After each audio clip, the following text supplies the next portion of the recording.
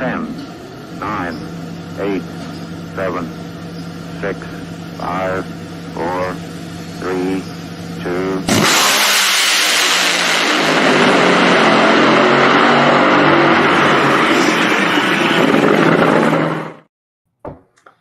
Power Hour live Tuesday night, and drag racing, well, we live in the day and time it never ends, and there's certainly plenty to talk about. We got in the green room Antron Brown. We'll be bringing him on in just a few moments, where I, Lee Kraft, aka the Monday Morning Racer, Mr. Duchesne Bland, will be chatting with him, and then Joe Castello with some interesting news going into PRI. Might not have any big drag races this weekend, but there's certainly a huge event in PRI happening this week. So stacked show, Duchesne. Yeah, it is stacked, man. And it's the beginning of silly season. This is where all the news gets broke. And from what I understand, on Friday, woo, we're going to have some news, boy. There's already been toolboxes rolling in Brownsburg, and we've already been notified of seats vacant and where will people that are skilled in wheeling a nitro car find a home, and all that rolling into PRI. So certainly PRI, we're going to have much more news drop. But we're certainly looking forward to chatting with Antron Brown, your 2024 NHRA Top Fuel Champion of the world. He just keeps adding to his fame and prowess. Future Hall of Famer down there at the International Drag Racing Hall of Fame, the house that Garlitz has built. And you know that he's going to be there for all that he's done and will do, as he certainly plans on doing more, and not just from a driver perspective, but an owner perspective and a driver development perspective. So it's going to be an interesting chat with Antron. You never know, might even do something in Pro Mod these days. Yeah. What does he not do? He's just a racer's racer, right? You know, right. Put him in anything, he can get it done. I mean, not too many of those guys out there. Right. You know, I've seen some of the dancing skills. We need him on Dancing with the Stars for NHRA. We need that happen. Facts. Yes. Right. Yeah. Yeah. Dial it up. He can do it all. Well, ladies and gentlemen, thank you for joining us here on the CompetitionPlus.com Power Hour. Hit the like button, hit the share button, tell your folks to join in on the conversation about drag racing. We're going to take a break in just a few moments and chat with the champ, Antron Brown. Weldon High Performance brings to you all that CompetitionPlus.com is rolling out, from the website, which has timely news in the world of drag racing, to this show where we discuss what's happening in the world of drag racing live along with you as the fans. If you need a high performance pump, it's Weldon.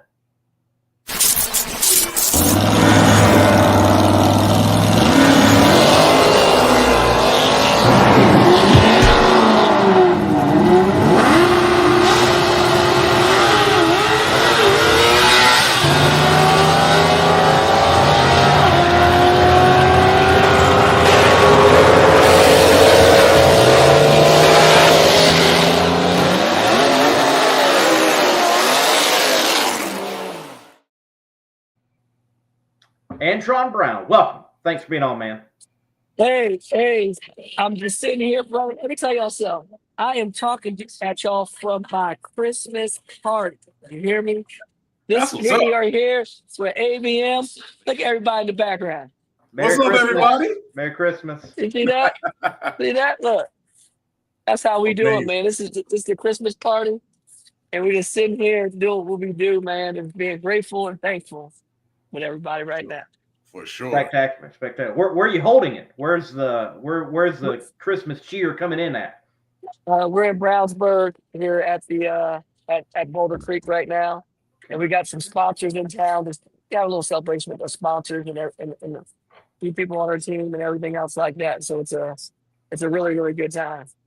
Spectacular. Well, look, Antron, I haven't seen you since you won the championship. Congratulations on another championship, your first as a team owner, and what a spectacular championship it was coming down to the line. And I'm sure this one has to rank up there highly just because of the nature of Top Fuel and how competitive it is. Without a doubt. I mean, when you look at this year on how the competition was, it was like ridiculously good, brother. It could have been anybody that won the championship. It came down to 6 different teams that could have won at the final race. But Justin actually came in with the points lead. We had it at the very beginning of the countdown for the first 3 races. We got into Dallas and we raced him first round, and it kind of changed the tide. And then everybody was staying there, and then we're actually trying to make it happen and come together. And then lo and behold, brother came down to the last race, and we had to line up. It's like everything lined up. We ain't do it on purpose, but how do you actually do that and actually line up with the person you have to race for the countdown? So that was huge. Definitely was. And man, it seemed like you guys were able to find that level of consistency down the stretch. The team really started to come together as far as refining the tune-up. Obviously, we know that you're going to be there as far as the driver, but the tune-up really started to come around, and it really did come down when you looked at all the numbers. It come down to y'all went out and just won. And the competition that we had to go through to do it, it was unbelievable. Like racing Justin first round, then after that racing Sean Langdon, we all gave it too much, and we're lucky enough to hold on. And then we went to the semifinal.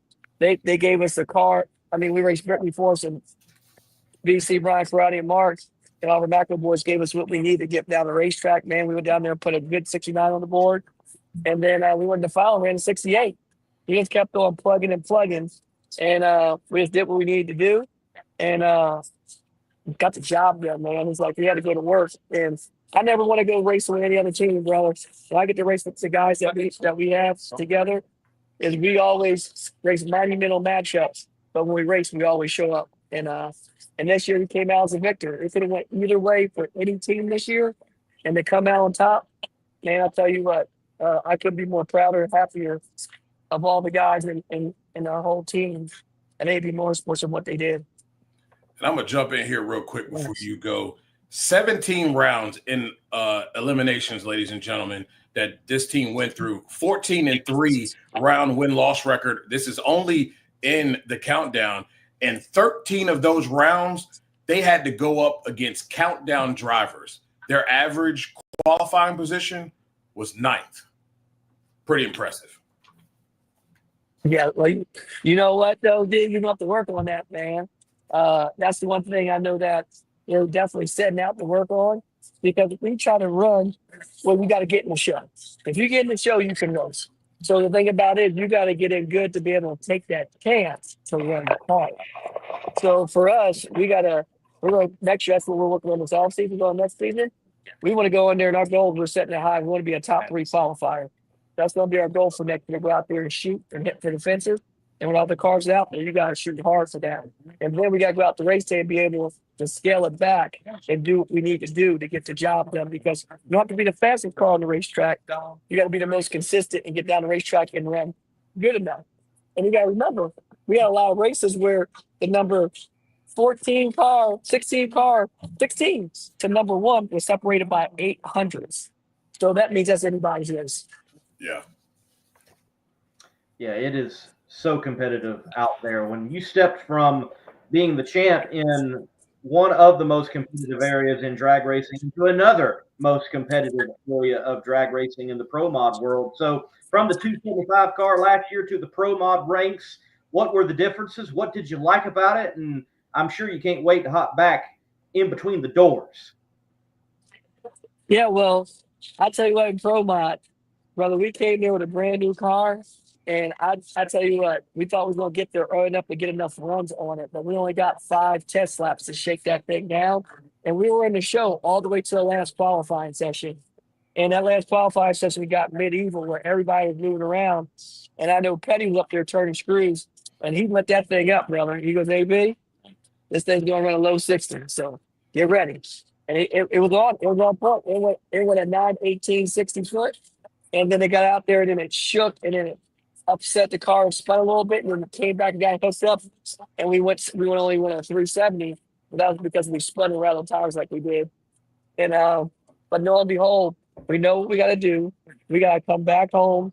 We got the cars, and I'll go get a couple more changes done to it, and then I'll finish the car up, and then we're gonna come back down there and get a good 3 or 4 days of testing before we race the U.S. Street National, and our main focus go out there and try to test. And then once we get that car right, our main focus is to get in the show. And then once you get in the show with that deal, anybody can win that race because all the cars are super competitive. You got to remember, number 1 was a 59, and number 32 was a 64. So a 64. So that was 500 a second for 32 cars, brother.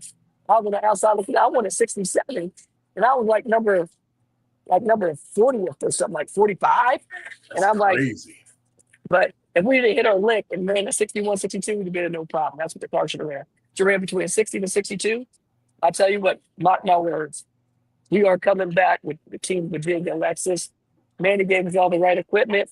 Marder got the car together, and they literally got that car together within less than 3 weeks. And so now we've got to go back, redefine it, switch the things and make it right, get the weight balance right, and come out there and get test laps and get laps. And it'll help me get better too. What are some of the differences that you notice with this car? I mean, you've been in one before, but what are some of the things you have to make as adjustments with from coming out and racing Top Fuel and then going into Pro Mod? The biggest thing is with the Pro Mod car is you got a shorter wheelbase car. So you got a big 10-inch wheel. So the steering is, even though you got a big wheel, the short wheelbase car makes it very, very sensitive. So when you put input on it, that car wants to move and jerk all over the place. So you got to be low settled with your moves. And then when you get it down the ground, you got to be able to pull it back. So that was one big deal. And then you don't hit the gas pedal to leave. You got to let go of transfer brake button. So you got a couple different differences that you got to get on, but the car reacts pretty quick. And I remember racing Lyle. Lyle was trying to beat me up out there, man. I wasn't even ready to race. Car wasn't even ready. And he's calling me out. I was like, let our brother get his feet wet. He was trying to take me out. And then when we lined up against each other, it was a really, really good race. He was decent on tree, but he wasn't expecting me to pop that 019 on him. So we were able to get on down there. We both ran 67s and was able to get that win on that drug race. And after that, Lyle knew that was for real. So I know we're going to get another lineup again. So hopefully I'm ready. Hopefully by that time we got the car right. He'll be right. And we even put on a better show. So I know it ain't over by any means, but I think that everybody knows that when we come out there, we're serious.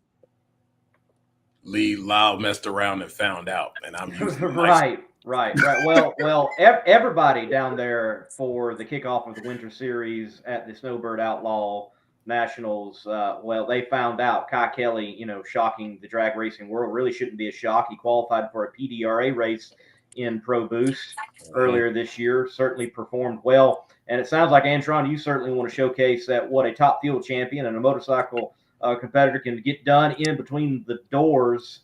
Where do you see Pro Mod in the economy of drag racing? Wes obviously champions Pro Mod drag racing. Where do you see it? Where can it be? Where can it go? Is it the place that the racers in the NHRA at times can go and vacation in competition down in Florida? Well, I think that you're seeing it already happening. You're seeing Erica there. I was there. Erica did a really good job. Her car ran very well. She qualified in the top tier of all the cars. My crew chief, Ryan Karate, he had his car back there. He bought the remake of Gotham City back from the Mike Ashley days and had a young driver, Zach driving. So you had every mix that you could see out there, from upcoming drivers, sportsmen, to myself, Erica, and then all the greats like Lyle Burnett, Melanie Cellini. You had like Spencer High. I mean, you had all the big drivers like Stephen Bass, Lyle Burnett. I mean, everybody out there. Tidwell's cars were out there. Tommy had his cars out there. I mean, there's so many people that were out there that are big, heavy hitters. And the cool part about the Pro Mod, I think it mixes all the culture of drag racing, all the stars, and you can come out and see it shine. And I think what's really going to help to take off one day is when Flo does a really, really great job. And I think that is awesome. But the thing about it is, if he's got a big TV package that paid some money, I think you'll see more and more people come out because it's fun to race. And all you got to do is get some more OEMs behind it, because you're running all the new to the old school cars to even our Lexus out there. So you can put any OEM out there and go out there and have fun and rep their brand. And it's just one of those deals where it's wide open and there's so much excitement. and all those cars run so fast, but yet so close. And I think that's what excites me. Well, Antron, you speaking about OEMs, I think it's a great time to get from you. I think you're a great person to get the perspective from, being the champion, being driver, being owner. Toyota has announced that they're going to be exiting NHRA drag racing with serious involvement. And yeah, we know NHRA drag racing is going to live on. It's going to thrive in a different way. But you look at the future impact. What does that look like? And can you put it into layman terms for all of us as driver and owner with how involved Toyota has been? Man, it's been huge that they've been out here, man. I owe them a lot of success. You got to remember, they've been out in the sport for over 20 years. So I've been with them since 2008. So when you think about me being with them from 2008, that's over 16 ago and 17 years with Toyota next year. And without them, I wouldn't be where I'm at in my career. And they really got us out there amongst the audience through commercials, through the way they actually just make you a part of them and intertwine you in everything they do. The collaboration with NASCAR. And I just think that at the end of the day, they're going to reach new levels. You know what I mean? They're going to do some different things and they're going in different directions. And man, I'm just going to really, truly be missed, brother. Like, they're a part of me. And I think they'll always be a part of everything that I've always had done. So with that being said, a new chapter turns and it brings out new opportunity for NHRA drag racing. You know what I mean? Maybe it's time for some other OEMs to get involved and open the door for them, because Toyota had a big foothold in sport. And they probably just won the Manufacturers Cup this year in NHRA drag racing with Series of them. And we got a whole nother year left, brother. So you never know what might happen or what might change. And hopefully is that we can keep it going and bring them one more championship when they leave, to send them out on a really, really good note. All right, spectacular. Well, Antron, look, thank you for the time. We're not going to hold you any longer. Get back to the festivities. Yes. Merry Christmas, and hey, have a good PRI. Look forward to bumping into you.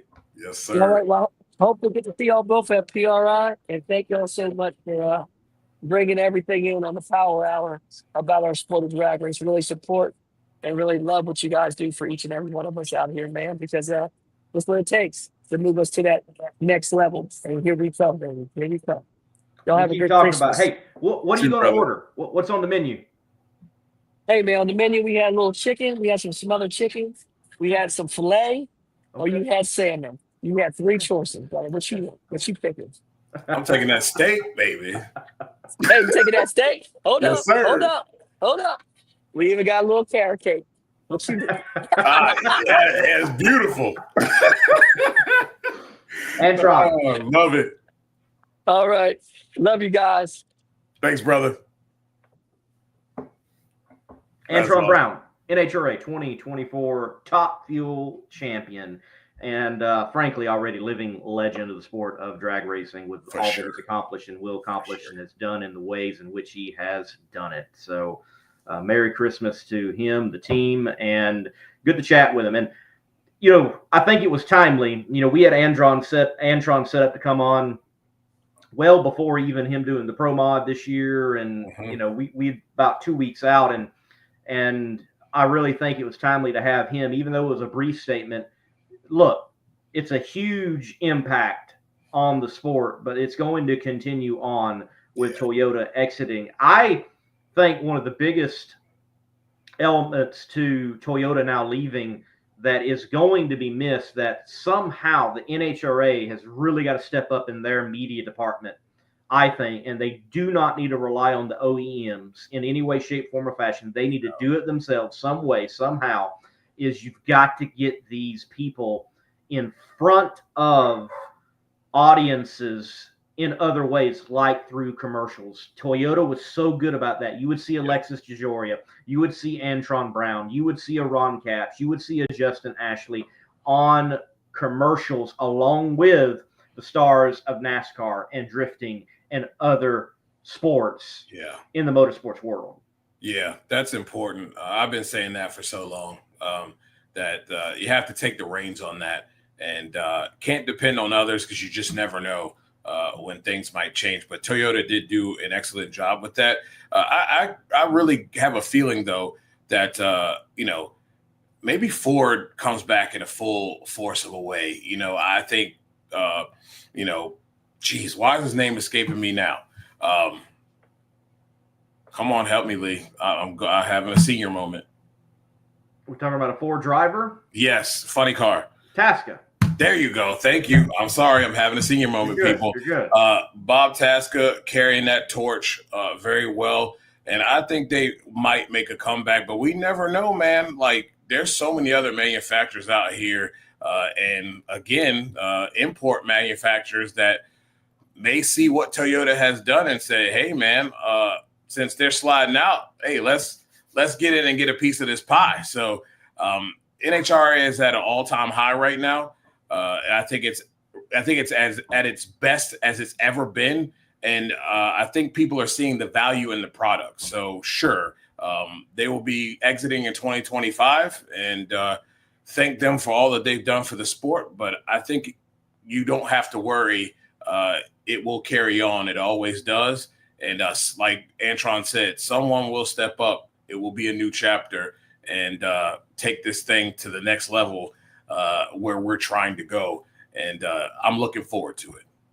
Absolutely. It's going to be interesting. And I love where we're at. And I think the momentum is only going to continue. And look, we didn't get any great lines in Gladiator 2, but in Gladiator 1, you've got, are you not entertained? And certainly, yes. I think in drag racing right now, there is plenty to be entertained with across the board, and especially in NHRA drag racing, from a championship fight in Top Fuel like we saw it, to the domination of Austin Proc and the Proc Rocket, that entire team with John Force Racing, and so many other storylines. And an individual that is bringing us so many times those stories is, WFO Joe Castello. And he's got a story of his own. He's no stranger to drag racing, like just talking about it, but his family's been involved with it. He's done it himself. And there is Project Pontiac. There's video out now on his YouTube channel, WFO Radio, that you can check out. And we're going to talk with him about that and beyond in the world of NHRA drag racing and PRI coming up this week. So right after the break, he's in the green room. We're going to bring Joe Castello on. And hey, he's got a project he's building. And if you are building something, you might need to check out what Competition Products has got for you to be in the competition. Competition Products, your source for hardcore engine parts for street, strip, and oval track. Our free catalog is packed with hundreds of product lines from the best-known manufacturers in the performance industry. Lowest prices guaranteed. Free shipping and handling on all orders over $149 in the continental U.S. Need expert advice? Our knowledgeable staff is just a phone call away. Competition Products, race parts sold by racers since 1970. Well, the weights are fully out now with Joe on the show. Man, welcome. Hey, guys. How's it going? Man, it's great. Good day to talk about drag racing. Good to have you on. Tweeting that I'm on with you guys. I always think it's always important to let everybody know. Sign on, baby. Here we go. It is. Yes, hey, sir. Like, share, comment, and the Podfather is on. Come in and watch for sure. Episode 200, by the way. Like this exactly, yeah. Milestone episode. It is. You guys had me, like the Life's a Drag guys had me on episode 5, their milestone, and here you guys have me on 200. It's incredible. Thank you so much. Hey, good to have you. You got certainly some cool things going on. And before we dive in specifically with the Project Pontiac, big announcements have already rolled out concerning NHRA drag racing, and you've got a level head on things and can give perspective. So we just talked with Antron Brown on the Toyota announcement. And look, go to the comment section. They are horrendous in what people are saying. You've been around, you've seen Toyota, you've interacted with those peeps, from team members to Toyota individuals themselves and beyond in the drag racing world. So Toyota leaving, where is it going to leave the sport, and what also opportunity does it provide for the sport? Well, I think the whole thing is just over. That's it. We're all unemployed, fellas. It's done. I don't know what to say. Like, they're going to shut it down. That's it. We lost a sponsor. Oh man. We lost a sponsor. It's just that's it. Everybody knows you can't lose any sponsors ever. Otherwise, Right. the whole thing just stops, grinds to a halt.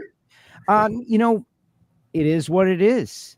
I think that in life, you got to be happy that it happened, not sad that it ended. They put a lot of money in the sport. They showed the way. They showed what can be done. Just to piggyback and underline what you were just talking about a moment ago, their real strength, Toyota, was taking the sport of drag racing and showcasing it in other areas.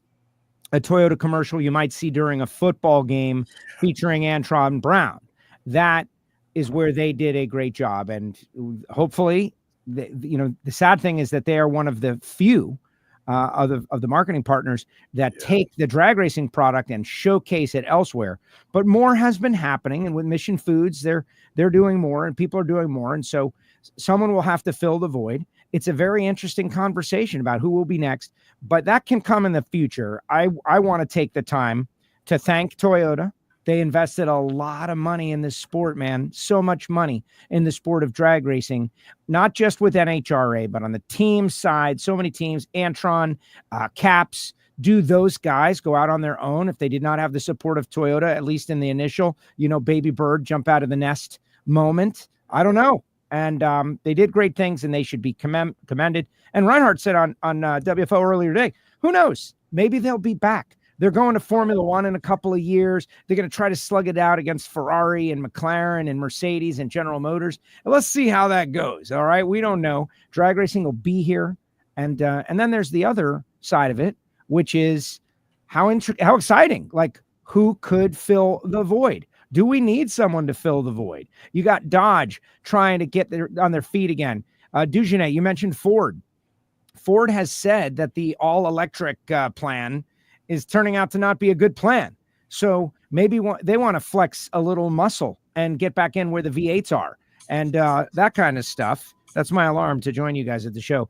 And it's exciting to think what might happen in the future. But yes, it is a bummer that Toyota is leaving. But it is what it is. They've made the call. It's already over. What can we do? Yeah, I agree with you.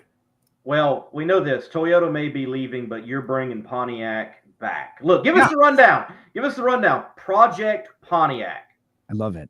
Well, first of all, it is very sad because to me, Pontiac was the official car of the NHRA for many years during the 1980s. And you think about, Snake came back, the Skoda, Trans Am, all the Pontiacs that were in the NHRA for so many years. Warren Johnson, the first 200 mile per hour car was a Pontiac. There were so many great Pontiacs throughout.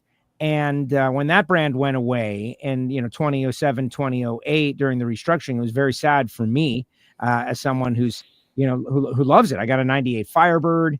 I've got a 05 GTO that my father left to me, and this 78 Pontiac Trans Am that my dad went to the dealership in 1978 and bought. I was there. I was a little kid, 5 years old, and he's buying this new car. It was unfamiliar to me, and I cried like, "Oh, this car's not as cool."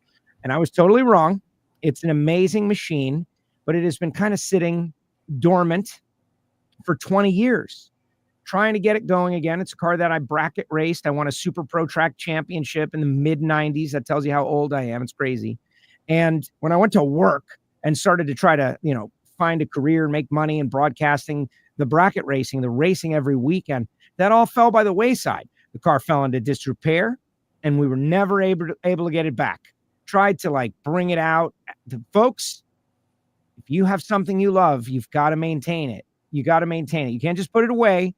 It will not just be okay. It won't. It will degrade. It will fall to pieces like a boat. Everyone talks about boat. And that's what happened with the car. We lost the edge with it. And we tried to bring it back out a couple times and it just never worked. And so this time is the time that we're doing it from scratch. The only way to get it back to where its former greatness and beyond is to do everything fresh engine, fresh transmission, and then everything will be fine. And so that's what Project Pontiac is. It's unfortunate because it was kind of a tribute to my dad, who passed away about 3 months ago. And so now we're finishing it. I really wanted him to see it. But some would say that he's seeing it wherever he is. Yeah, that thing, if you guys have not checked out the Project Pontiac video, you're missing out. It is on my X, by the way, the artist formerly known as Twitter. So please check that out. I was really fascinated by the initial where you guys you put this motor together, faced a little bit of adversity, and all of a sudden you find out there's a cracked block. Tell us about that experience, but the fact of the matter that people stepped up to help you out and to get this thing and keep this project moving forward, so to speak. Yeah. Well, and what good, you got to have an adversity story in it. And to me, the excitement of it is going to be when I go racing. Like there's a lot of layers to it. I didn't work on the car because I thought I should be working, and that was playing with my, toy. And you got to go to work, right? You got to grind the axe. But it was made apparent to me by a couple of people that, no, Joe, you do a podcast, you do a show, you got a race car, you should be racing it. And so with the folks at Total Seal and the Engine Performance Expo, we were going to just refresh it. We're going to freshen it up. We're going to re-ring it. Gary Stinnett was going to do it. And we were going to showcase some new Total Seal rings. All the parts were good. So that's how it started. It was going to be very affordable in theory, right? And just put it back in as it was, fresh, run super street. Car ran 1020s at 3,200 pounds. We could get it to run 10-1 or something. That's perfect for super street, one of my favorite categories. If you want, we can get into that later, but I really love it because cars are heavy. They're big cars. They're unmolested for the most part. They're just as they were intended from the factory, giant heavy cars. But when Gary put it on the dyno, we were going to do a little before and after testing, right? Like this is what it made with the old school 1998 technology. And we'll find out what it makes with a new modern cylinder hone on a Rottler and some Total Seal piston rings. And Gary putting it together. That was it. It was well within the scope of possibility. When the block cracked, that changed everything, because now I've got people helping me. Total Seal, Gary Stinnett. Am I going to send him another 1968 junkyard 455 Pontiac block to put my old 1998 parts in and have him rebuild it? Like, what does that prove? Right. You got to do it all again. And so I spent a lot of time thinking about it and started to explore what was possible. And the guys at Total Seal, Keith Jones, who does Hidden Horsepower podcast with me, he's like, no, man, you know, like we got to figure this out. You can't do that again. It's important to understand that when we built the engine the first time, these are not big block Chevrolets, guys, where every part and piece is made by 6 different companies and there's high performance versions at all levels. This is a Pontiac engine. Up until relatively recently, very few people made parts for them at all. It was all old school factory stuff. Cast iron Pontiac heads, cast iron block, a cast crank, right? You could get rods and pistons. And so that wasn't an option back in the day. Now it's an option. And so we explored the options and some people helped out. All Pontiac, they make the blocks. The blocks are expensive. There was one with a blemish on it, you know, like in the deck. It was imperfect. You've gone to the store or something and you got the imperfect scratch and dent model at Best Buy, right? Like it's the same thing, but it doesn't look quite perfect. We were able to get a block like that. It's going to work fine. It just had a couple of things that people didn't like. They didn't want it. Many aspects like that. Edelbrock through the Engine Performance Expo. What are you doing? Well, you know, we're trying to go super street racing. And it's like, well, that's perfect for our heads. We want people to know that even though there are more expensive heads available, these will work. And you can go drag racing with them. It's like, oh my gosh. And it was really amazing, humbling, in fact, that people wanted to be involved. They wanted to help get the car on the track, and they wanted to do something, you know, NHRA Lucas Oil Series related.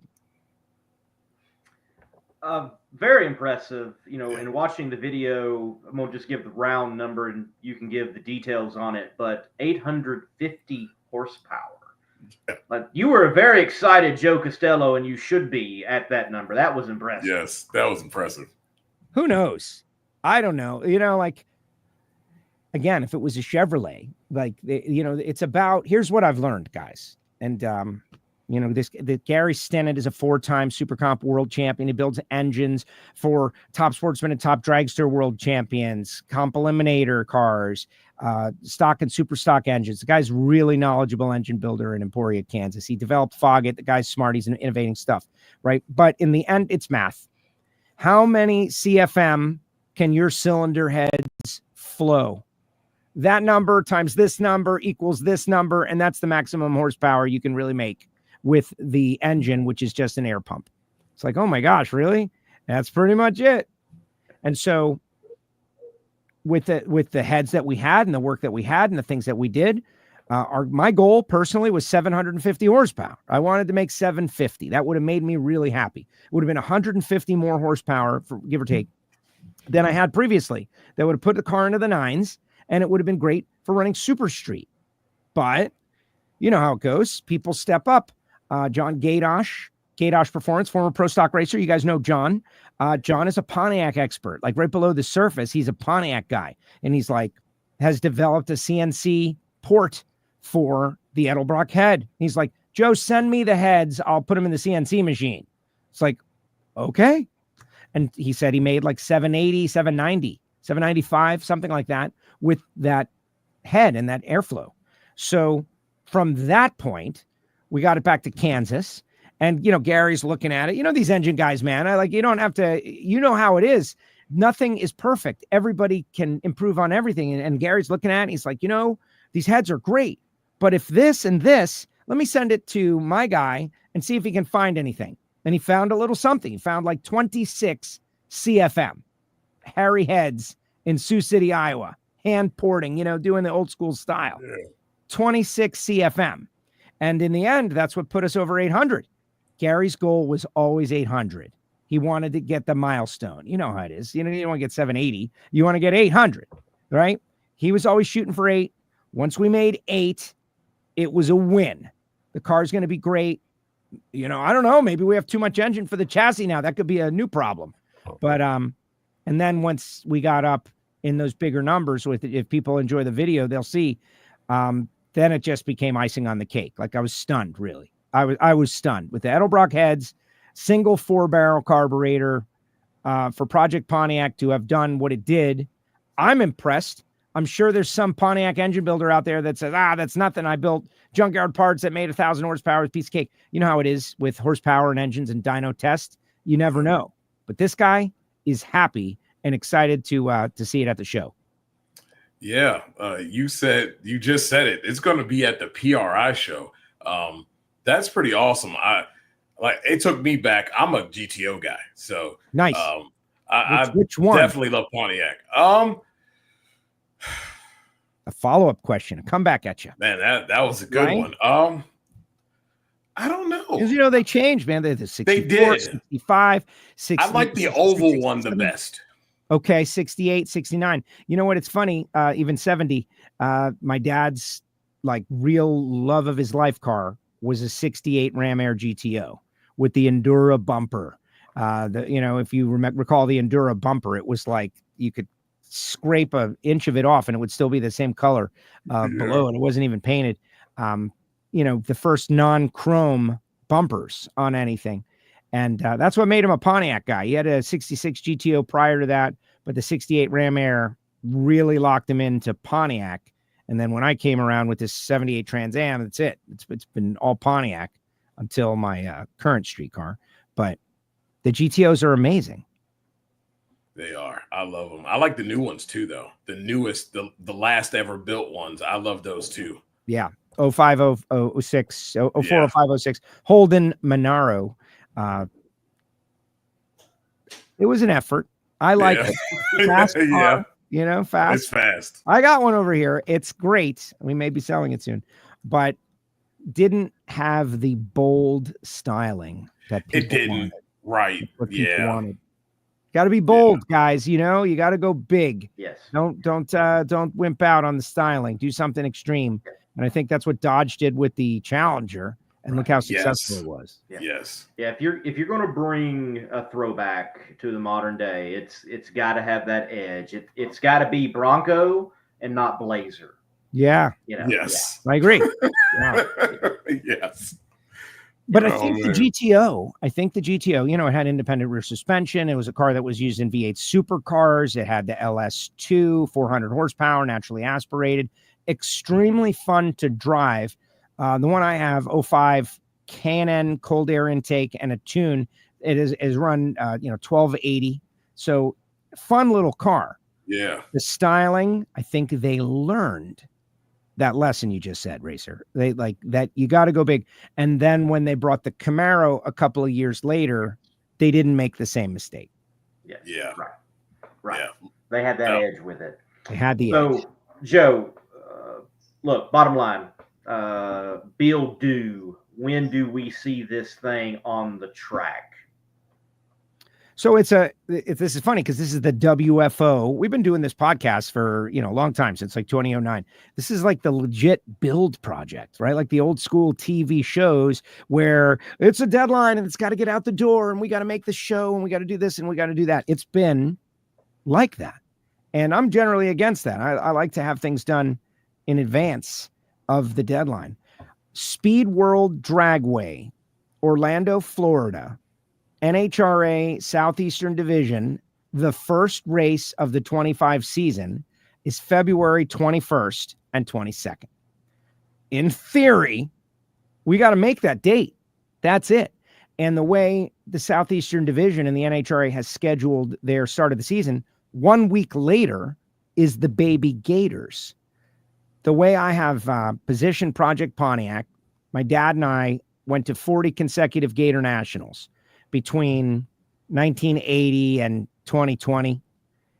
That was always the race that I wanted to, race at. But Super Street, the only category that our particular car would fit in, was never contested. So to be able to compete at the Baby Gators, connected to the Gator Nationals in any way, shape, or form, that's like the closing of the circle, right? Me and my dad, 1980, bringing the family car there, racing it in tribute. In theory, he was going to be watching, on NHRA TV. That didn't work out, but that's what I really want to do. I want to stage up at the Baby Gators the week before the Gator Nationals, and so that puts us, end of February. Gonna be dicey. All right, Joe. You done made me come to the Baby Gators now. I gotta be there. I gotta be there to support you on this one. This one, that's gonna be good. That's gonna be really good. There it is, NHRA. We sold a ticket, baby. Look at that. We sold a ticket for a divisional race. Project Pontiac. It's moving people to the gate. Person. Good job, Dugenais. Thank you very much. There's all these different styles of racing. The drag and drive guys, the street outlaws guys. There's all these different layers. You remember Pink's and Pink's All Out, Yes. and Past Time and all of these shows. And I think they've shown the world that people are interested in all kinds of cars. So why wouldn't some people come out to see Project Pontiac race at the Baby Gators in Super Street? They just have to be familiar with it. They have to know that it's happening. They have to maybe, like or dislike the person involved to want to watch and see what happens. And I think it's very possible that we could get some people to come out and want to watch what happens, assuming we make it, which we may not. There's a lot of work that has to be done. We're not even close yet. Joe, keep up the good work. Certainly hope that you're able to live that out. I know I've got some, things on my heart, that connect to my dad and what he did in the 60s in drag racing that hopefully I can do in the future. So you're very close. Keep that up and get it done, man. And I know you're going to have a blast while doing it. Speaking of watching, you were able to watch just about everything NHRA Mission Foods drag racing in 2024. For you, most memorable moment of the year. Oh my gosh, this is brutal. That is, tough stuff. Monday Morning Racer, tough stuff. There were, John Force's return to the track. That what can you say? I mean, I might come up with a better one. The Greg Anderson winner take all final. That was huge. Greg coming back, doing that. I have such respect for Greg Anderson and what he's doing. But I really think that, I don't know, like alternative timelines, but in not all if you've watched Rick and Morty, there's 1,000 realities out there for every one of us. But we got so lucky. All of us that work in the industry, of course, John and his family, the entire sport. What happened in Richmond was frightening and saddening. And to see John back at the track as John, waving to the crowd, coming over, shaking hands with veterans, and Brittany goes out there and they win the race for John, double up.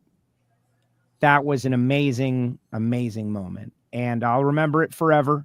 Seeing John, Brian and I were on the microphone at the time, and there he is. John Force has returned to the racetrack, and the crowd went crazy. That is definitely, one of the biggest moments, and I think probably the most emotional moment of 24 for me. But there were a bunch. At the finals, the plane crash. That plane crash episode was out of the ordinary. And here you've got Justin Ashley and Antron Brown in the water box. This is the run that's going to decide the championship one way or another. It's not winner take all necessarily, but if Justin wins, it's pretty much over. And if Antron wins, then we go down this journey of what's going to happen. And why aren't they firing the cars? And Jason Logan, our great friend, the Low Zone, he got on the radio and he's like, I just saw a plane fall out of the sky. I just saw a plane drop out of the sky. And they're like, where? And the process of trying to figure out what he was talking about, where was the plane? Nobody's starting cars. Now you're hearing sirens, the awkward, uncomfortable nature of the whole thing. What does it mean? Will we be able to race again? Is everybody okay? That was kind of an intense experience out there. And that happened at the final race of the year. You go back to the Gator Nationals, great moments all year long. But that's why it was one of the greatest seasons, one of the greatest single seasons ever, in my opinion. I agree. I agree with you. Yeah, I agree. Definitely, I have to say, you've been around this sport for a long time. When you look at the trajectory of this sport, there's a bunch of people out there talking about good old days. And trust me, being an 80s kid, there's a lot of fun moments. But we haven't had the level of competition that we have today, where the number 16 qualifier comes out. Not only does he qualify and qualify well, he or she, but they don't oil the racetrack down. They're not going out there doing double burnouts. The number one qualifier has to come and bring the A game, or they're going to the trailer. I mean, where we're at right now has to be, I won't say it's the pinnacle, because I think there's we got an upward trajectory here, but we're at the best of the best right now in the sport of NHRA drag racing. Couldn't have said it better. And if it's a stock, if you watch the stock shows, Bloomberg or CNBC, and you see these charts, right? And then they show the chart and it's moving down or up, and then they kind of pan back and you see that's a much bigger chart. I really feel like this stock that is the NHRA is definitely directionally correct and has some room to run. The formula that is working, which is nitro cars make 12,000 horsepower. That's enough. Lock down the rules. Let cross-pollination happen amongst the crews, the crew members, the crew chiefs, to the point where more people know how to get them down the track competitively, and then let it be about tuning on a given day to given conditions and the talent and ability of the drivers. Has worked clearly in Top Fuel. It's worked. Look at what we experienced with Justin and Doug Coletta and Sean Langdon, and just what a storyline in Top Fuel. Amazing. Brittany coming back, just the way Sean was gutted after hitting the block. Hate to bring it up, Sean, if you're out there, but that was an emotional, crazy moment. So barring some bizarre outside interference. Like, in 2020, in 2019, we were the same place we are now, just That's further true. back. And some outside influence affected the sport. Let's hope that doesn't happen. But they've got the rules in the right place. They've got the personnel in the right place. You've got people coming in. Tony Stewart's going to be back behind the wheel. Hopefully at PRI this week, we get some more great news about who's coming in. Rick Ware came in. Look at, Clay Milliken wins the U.S. Nationals. The wealth of knowledge and talent is kind of spreading out over the field. And that's Austin Prock kind of dominated in funny car, kind of a once in a generation talent, but still you had a lot of great cars come out. That was many factors coming together. Pro stock has been amazing. Pro stock motorcycle is the only class I think right now needs a little work and a little help, but we're in a good place. You mentioned the naysayers. It's funny because they are, it's the power of negativity is so overwhelming. I don't want to talk about the negative people, but I always end up talking about them. I always say, I'm always talking about these guys like, the one guy who is the negative person on there. And they rope you in. And in a perfect world, you would just keep talking about the amazing things that you like and the positive stories that we like. And when the negative guy like pops his head up and goes, back in 1980, we'd be like, oh, and then go back to talking about the positive thing, as opposed to allowing that comment to suck the oxygen out of our conversation. Yeah. They didn't have to deal with it. Like, here's the thing about it. Drag racing 70 years old, approximately. And those old school guys, like, let's go back to the era of Snake, right? The golden era of, Nitro. And when you run into someone on Facebook or at a race, they're probably referencing that era where the three of us could pool our resources and go to a junkyard and have ourselves a little top fueler. And like we could do it. And Dugenet's driving it. Me and Monday Morning Racer are working on it. We're trying to figure it out. And like, we could do it. None of the old people were crapping on it because drag racing was brand new. They didn't like it at all. They didn't think it was better in their day. They just hated it because it was what the kids are doing. And that's what made it popular. The kids were rebels, being drag racers, doing their own thing that their parents hated.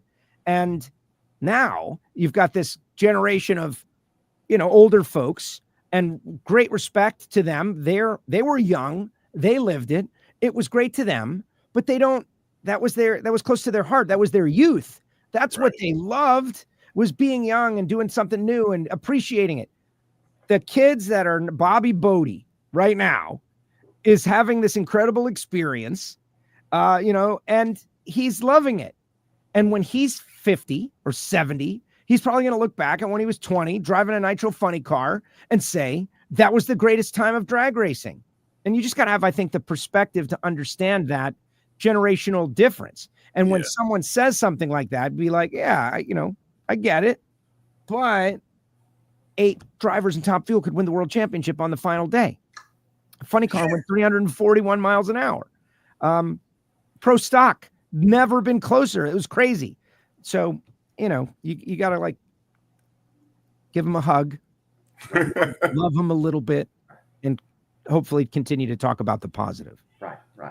Yeah. When you saw that 341, when you saw that 341, first of all, I was shocked because I didn't expect it to be from them. What was your reaction? I grabbed my camera. My reaction was I grabbed my camera because I knew that would be a great tweet to get the scoreboard on WFO Joe Twitter account. I didn't see it. There were 2 things that happened that weekend. The 300, Doug Coletta 300 to the 8th was on Saturday, and there's no scoreboard. And, I'm not looking at the Sunoco vision at the right moment. I didn't see it. And thank goodness, Thomas Prock, kid is awesome, comes over. He happened to be looking at the screen, comes over to me, and he's like, Joe, 300 to the 8th. And I was like, got it. And we were able to go through the protocol there, but it was amazing. The 341, the sun was behind the scoreboard. I can tell you this. I was in attendance for Kenny Bernstein's 301. I watched that from the grandstands, and you could see it looked different. It looked, the car was all bowed up in the middle and it looked different. And 300 came on the board. And Austin's run from behind the car, I watched it go down the track. They ran Jason Rupert. You got Tobler in the other lane, right? It's Proc versus Tobler. This is kind of cool. Rupert throws down his career best, but Austin's car just looked perfect. Like it just was driving. There was no violence. There was no left to right. It was just like, looked perfect. And then as you're trying to figure out what you see. And when the 341 came on the board, because there was a little delay, you may recall also, I was happy. We needed that. That was the last thing to put the cherry on top of 24, because Tasca did it in the preseason test, the Pro Superstar Shootout. Yeah. And, that got all the publicity early on. You want to see it during the year. You don't have to wait to another year. I know. And we got it. Yeah. I was shocked. I really was. And I didn't everybody was like, oh, well, it wasn't a reaction. I think everybody was surprised. When I looked at it, I was like, that's 341. And then I was like, that's 341. I'm feeling excited about it. The endorphins are coming up because it is. We witnessed history.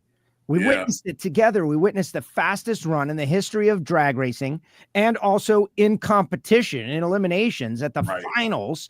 The guy won the championship after completing a historic season. Yeah. Insane. It's insane. It's insane. It's not a qualifying run where they're like, if it doesn't make it, no big deal. Right. No, man.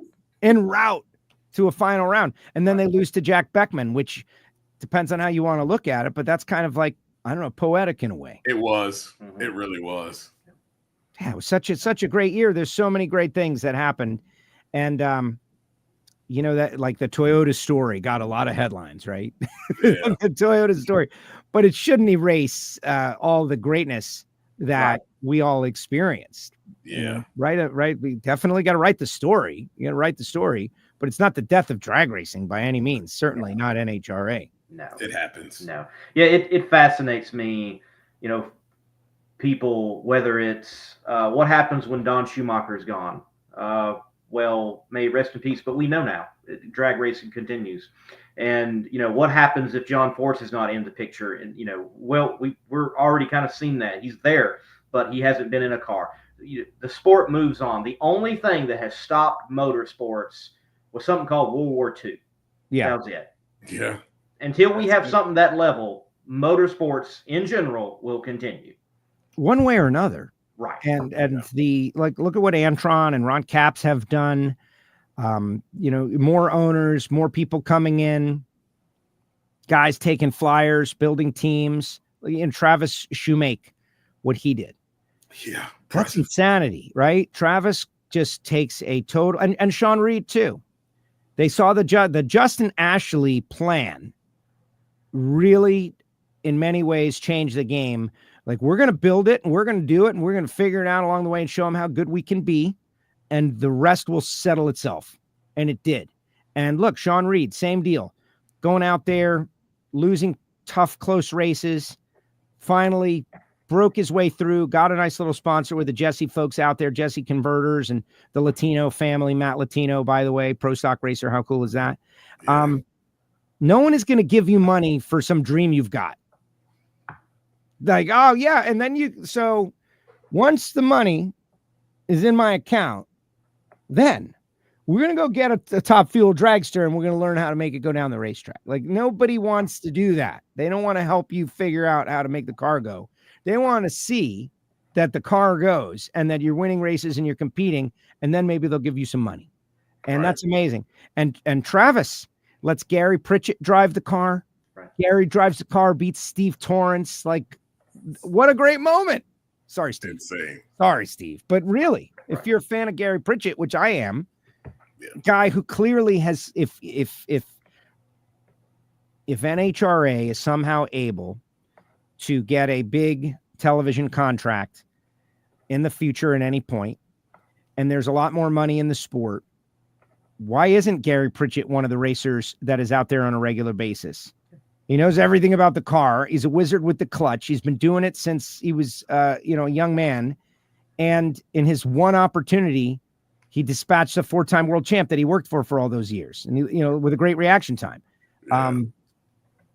We got the bench. We need to keep growing. Indeed. Absolutely. Well, Joe, look, thanks for your time and including us in on Project Pontiac and some of the top moments of 2024 and NHRA Mission Foods drag racing. Tell folks once again where they can find you and find that engine at PRI. Excellent. Well, before I do that, are you guys going to be at PRI, Monday Morning Racer? I will be. I will fortunately not be there. What's up with that? It's funding. Bobby, it worked. His son Dugenet. Come on, Bobby. No, listen.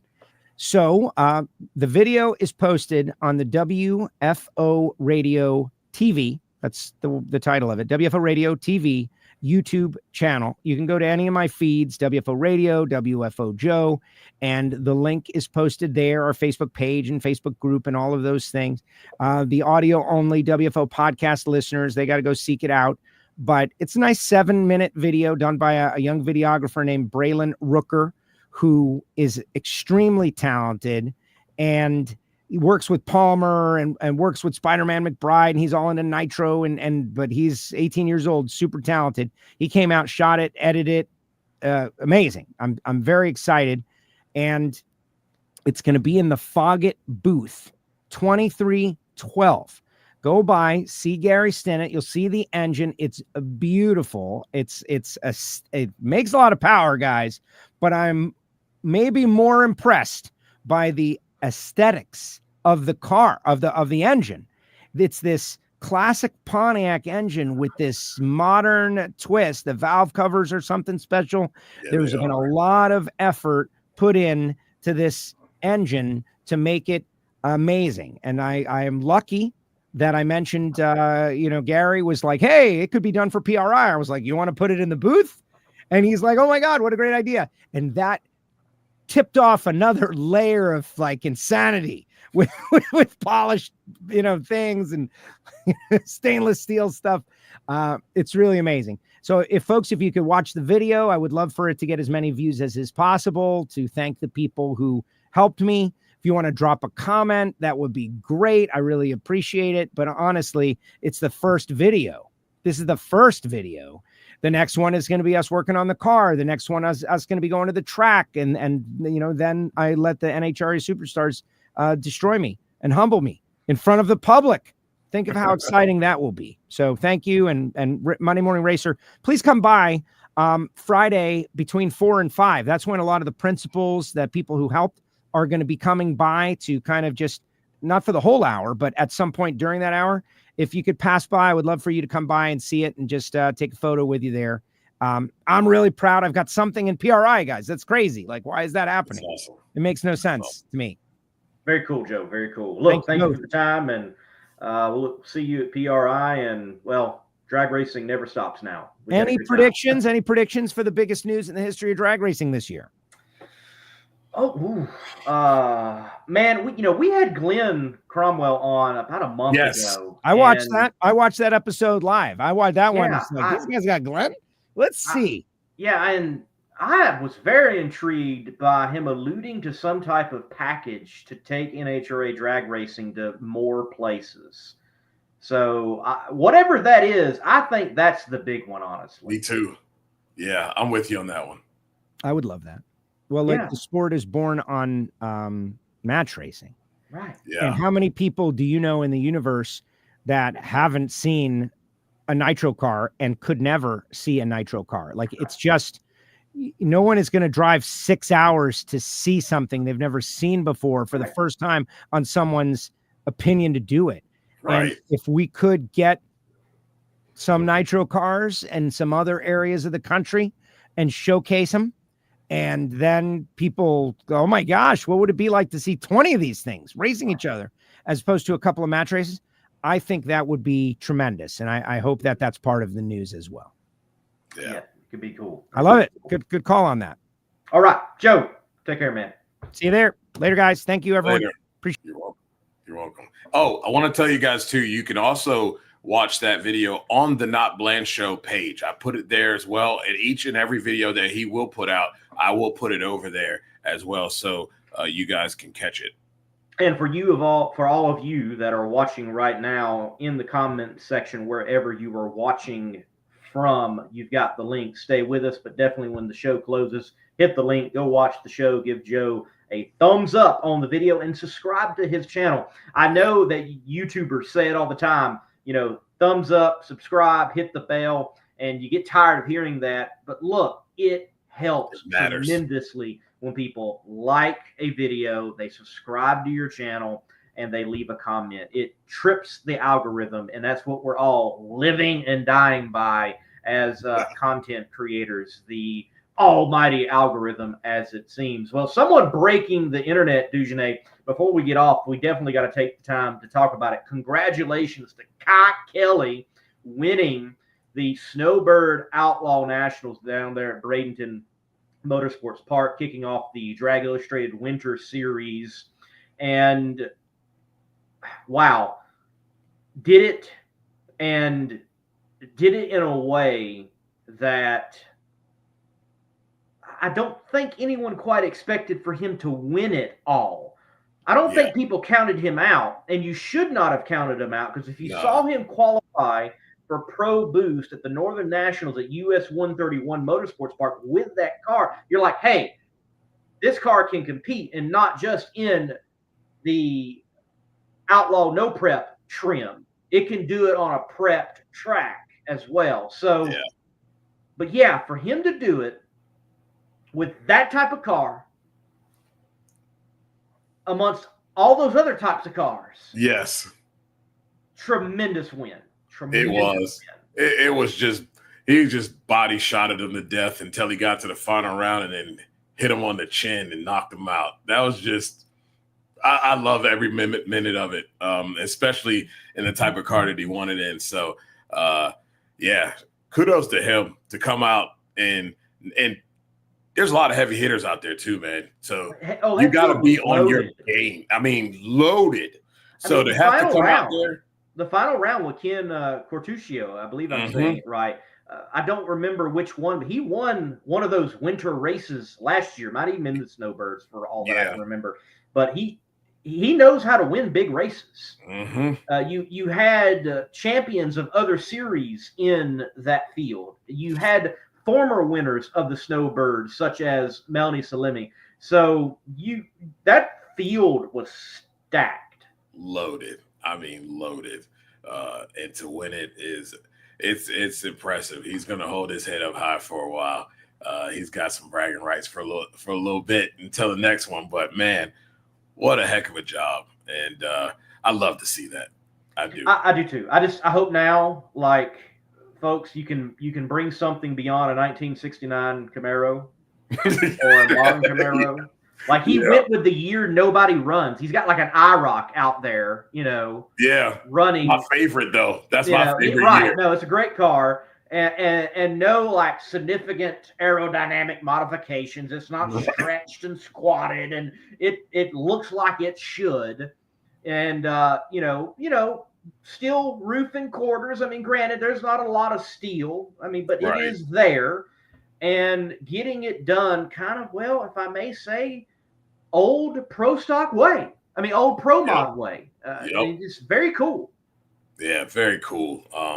And I think this should encourage more people to kind of go the old way. Everybody can pull out those. They're a dime a dozen. Give me something new, and bring that to the racetrack. Right. Because look, I will say this win by Kai Kelly and what he was able to do. He drove phenomenally.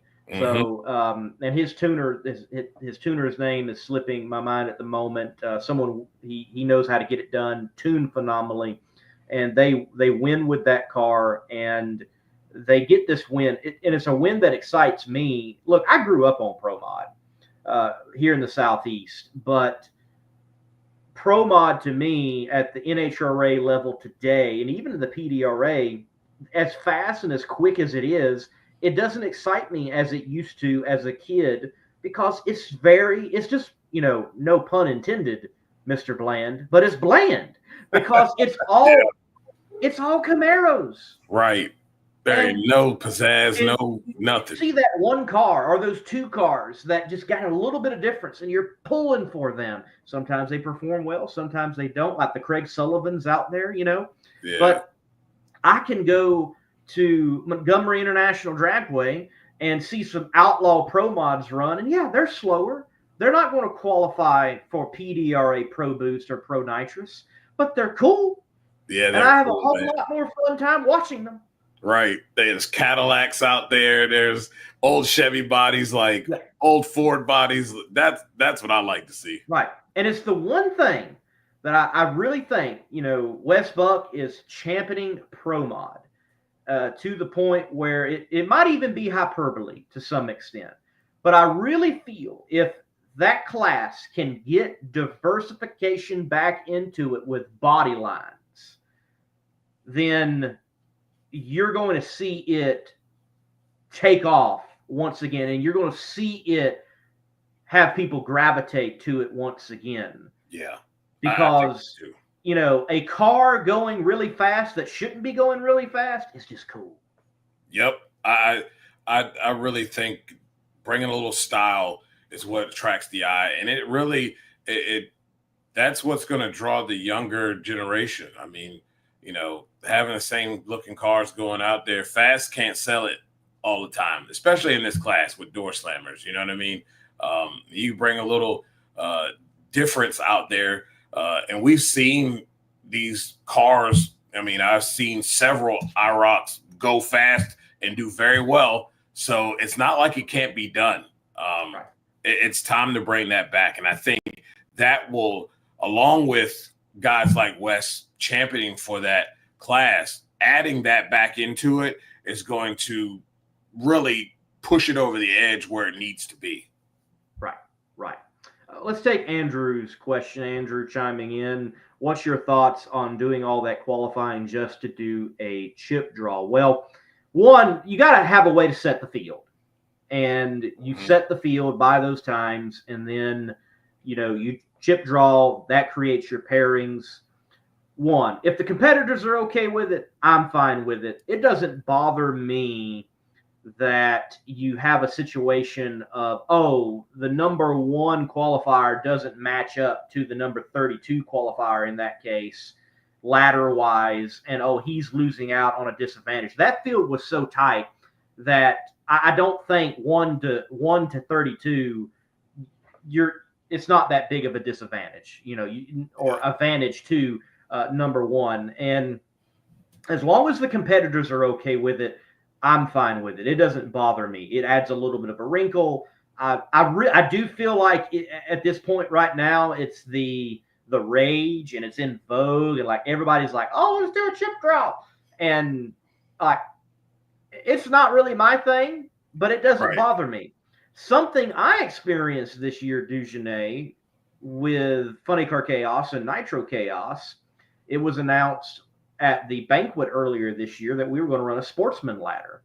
And we have 8-car fields in Chaos. So it was 1 versus 8, so on and so on. Yeah. Well, now it's like 1 versus 5 and 2, and you get pairings where round 1 is immensely important instead of just the final round. And, you dive into the history of drag racing, that ladder also is something that was used even before what we kind of understand as a pro ladder.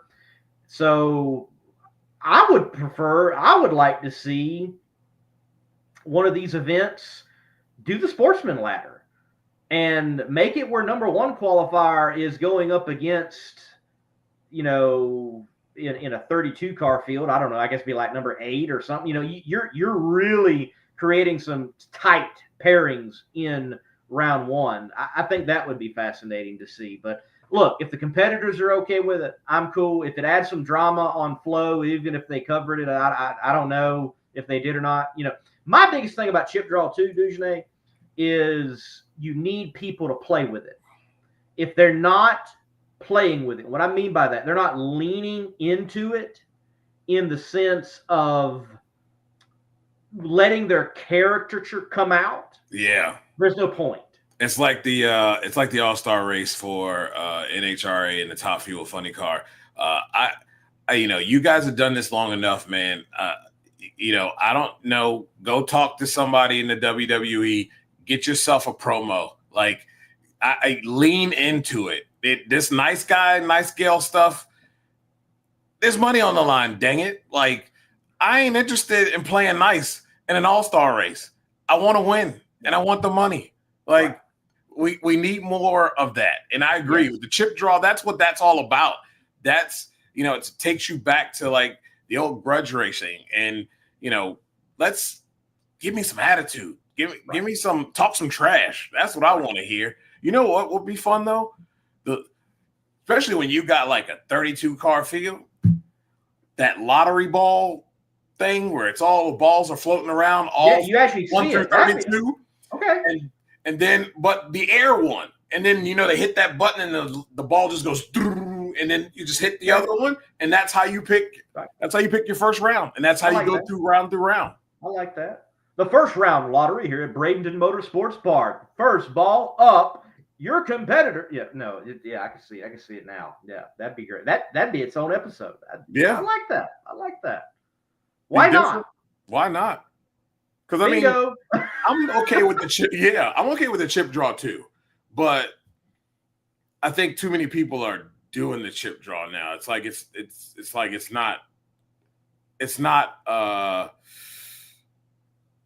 too in now. Like, you want something that's every once in a while. It's like kind of like at WWE when they made the Hell in a Cell an actual pay-per-view.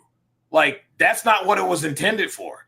That was, I didn't beat this guy this way, and now, you know what? I'm tired of you. I'm gonna bash you in Hell in a Cell. It's a once, it's every blue moon type of thing, not an event. And I think that's how a chip draw should be. It shouldn't be like every time that's what you do. I think it should be, let's play with a couple other things. Like you said, do a sportsman ladder one time. I think that would add a little bit to it. Yeah, I like the lottery. Yeah, I like that. That'd be an interesting twist on it for sure. Yeah, I feel anybody do it. I want money. Yeah, I feel like the chip draw. They're just trying to be like the street, no prep scene, and it's very much so. Nothing wrong with that, but I don't think it's always necessary. And again, I really feel with that because I've been amongst chip draws and filming chip draws, and when you got that person that just kind of casually walks up and I'm facing so and so, it does not come off well. It's boring. You got someone. Look, someone's reaching into a bag. If it's not played right, it's just reaching into a bag. That's it. And we know these people have personalities. Stevie, Lyle, Erica. We know they got attitude. Like, give it to me. Yeah, right. And look, give the fans what they want to see. If you're Greg Anderson and you've got the first pick, you call out Erica. Exactly. And vice versa. Just don't hit me with that team strategy stuff either. I'm so sick of that. Come on, man. Yeah. It's the driver's deal. If I know daggone well that I got first pick and I don't like somebody, I'm going to make sure that I race you because I want you to be gone first round, and I want to be the person to do it. Right. Stop playing that team stuff. Nobody want to hear that mess. I agree. It was a great kickoff to the Winter Series, and I tell you, with it having this now, the Drag Illustrated Winter Series, and there's a championship on the line, I'm looking at the next one a bit more intently than I had in the past, which will be the U.S. Street Nationals. So be interesting to see who qualifies. Be interesting to see anyone that earned points, doesn't make that close field for the U.S. Street Nationals, type of situation. So does Kai Kelly come back and run all of them? I don't know what's happening. So it's storylines abound. Drag racing doesn't stop. That's pretty cool. It is pretty cool. Well, almost like football season. Right. Yeah. It never stops now. It really doesn't. before long we'll have the summer league, which is probably like European football or something. I don't know. Yeah. It never. Yeah, it never stops. Speaking of stopping, Dugenay, we got to stop. Been a good show. Great talk with Antron, the 2024 NHRA Top Fuel champion, and Joe Castello. You all follow him at WFO Radio. You can find, just search Facebook, YouTube, on X. You can find WFO Joe. He's got an exciting project. And PRI, I'll be there. Sorry, Dugenay, you're not going to be there. Definitely, we got to get you up there before long. It's going to be a fun but busy time. I'm up there helping out McKinney Corp, obviously, and some stuff for Chaos, and an interesting project that might bring some more nitro to NHRA. We'll see how that goes. I'm looking forward to that, man. I'm looking forward to silly season kicking off. I look forward to silly season more than I look forward to NFL free agent frenzy. Silly season is so much fun. So I'm looking forward to it kicking off and getting all this news and fun things that are going to be dropping here soon. Absolutely. Everyone out there, thank you for watching. Thank you for chiming in. Hit the like button on the way out. Share it. And more likely, we'll be right back here Tuesday as we are in the midst of the holiday season. Hey, happy holidays, everyone. Make it a good time and enjoy it wherever you are at. God bless and keep the pedal to the metal. I think we had a pretty peak show tonight, Dugenay. It was a good one. Sure. If you want to take your vehicle's performance to new heights, you got to give it P. Like our original equipment technology, antifreeze, and coolant. Our formulas match the vehicle manufacturer's technology requirements so that we have the perfect match for every vehicle. That's one reason why Peak is among the fastest growing brands of coolant in America. We work harder to earn the trust of people like you every day.